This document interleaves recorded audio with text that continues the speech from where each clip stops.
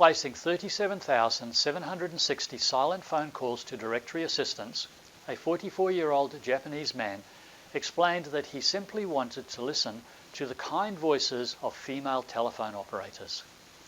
He confessed to making around 900 calls per day from his mobile phone.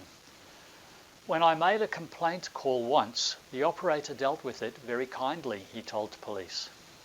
In the setting of the most technologically connected world ever, the current generation is facing an epidemic of loneliness.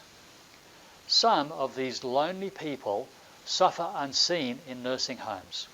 Others grab headlines when, in an apparent final attempt to be known, they gun down a classroom of children.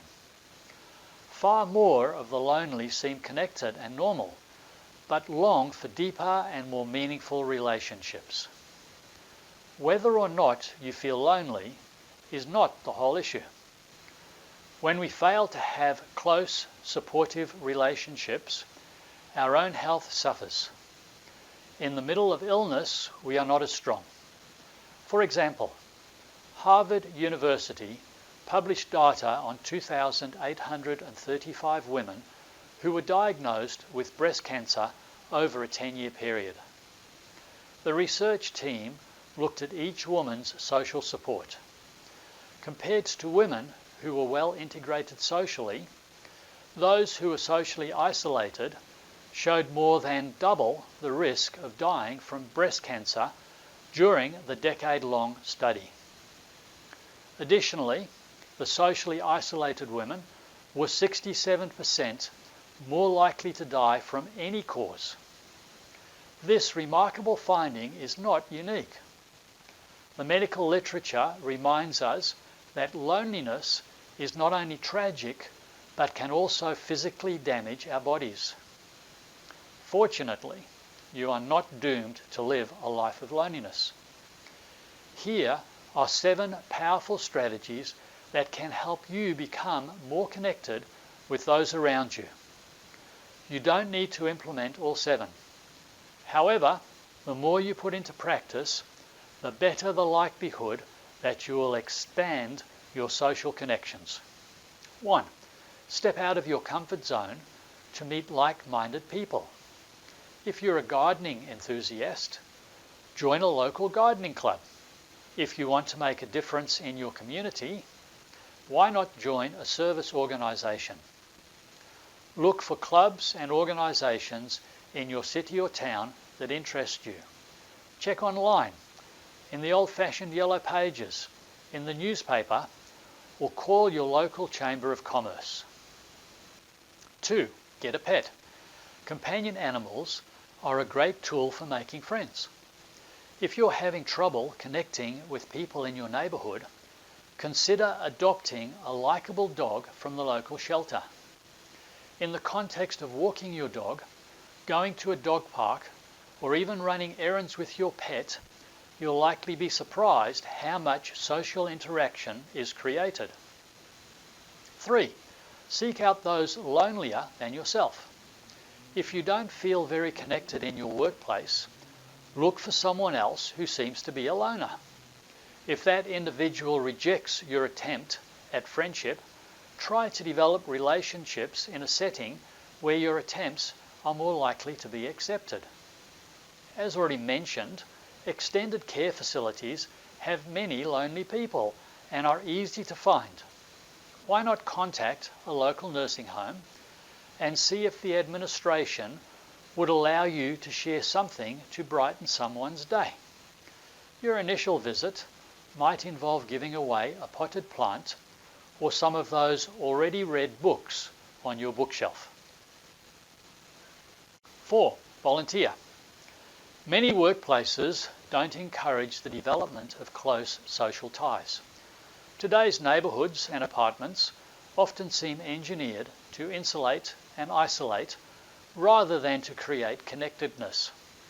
However, stepping into a volunteer position often provides an opportunity to engage with other staff, and often those you serve, in more meaningful ways. Furthermore, medical research shows that volunteerism itself is health enhancing. 5. Reconnect with family. Make family time a priority, even if there are tensions in your relationships. Although emotionally difficult, one of the most powerful socially connecting practices is making wrongs right and fixing broken relationships. If you've isolated yourself from a family member who wounded you, why not lovingly confront him or her and communicate your willingness to forgive? On the other hand, if you have good relations with children or grandchildren, plan to strengthen those ties. Many of today's activities don't maximize social interaction. Entertainment-based family time tends to be big on the entertainment and small on the family. 6. Connect on a vertical level. Throughout history, some of the world's most lasting friendships were founded on a common spiritual foundation. Regardless of your spiritual roots, why not consider a fresh reading of the Bible? Arguably, no single book has promoted social connectedness in Australia more than the Bible. A great place to start is with the New Testament's 4 Gospels. Many scholars believe that the Bible was written not only to connect you with the divine, but also with other people. Now let's pull it all together. Number 7 is to harness synergy. Each of the preceding 6 strategies can be powerful by itself. However, if you do more than one at the same time, you can multiply their impact. Since most of us, even lonely people, are busy, the more we can accomplish with a single activity, the better. Consider the following. Combine a refocus on spiritual things with volunteerism and community service. Help a church or other faith group that is actively making a difference in your community. For example, more congregations are getting involved in health initiatives.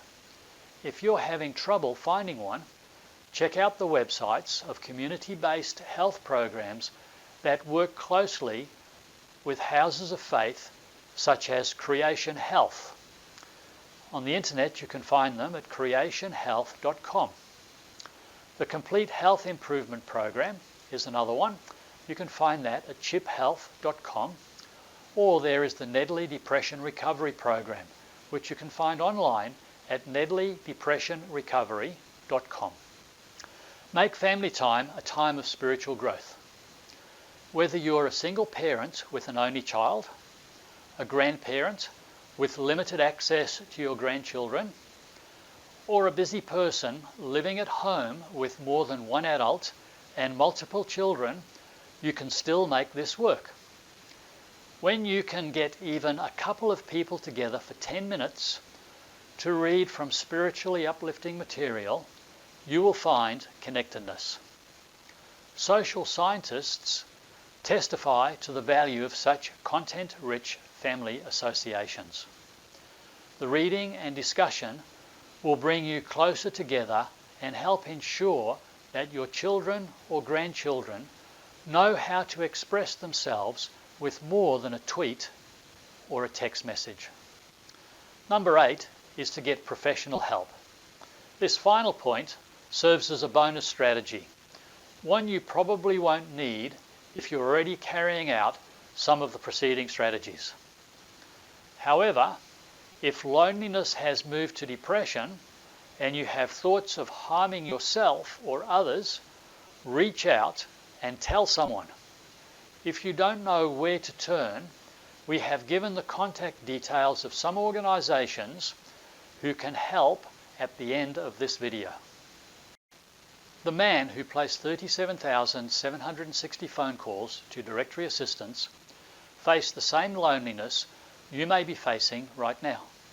Ultimately, there is only one being who can satisfy your thirst for deep connection and unfailing friendship: God. He says, "I have loved you with an everlasting love.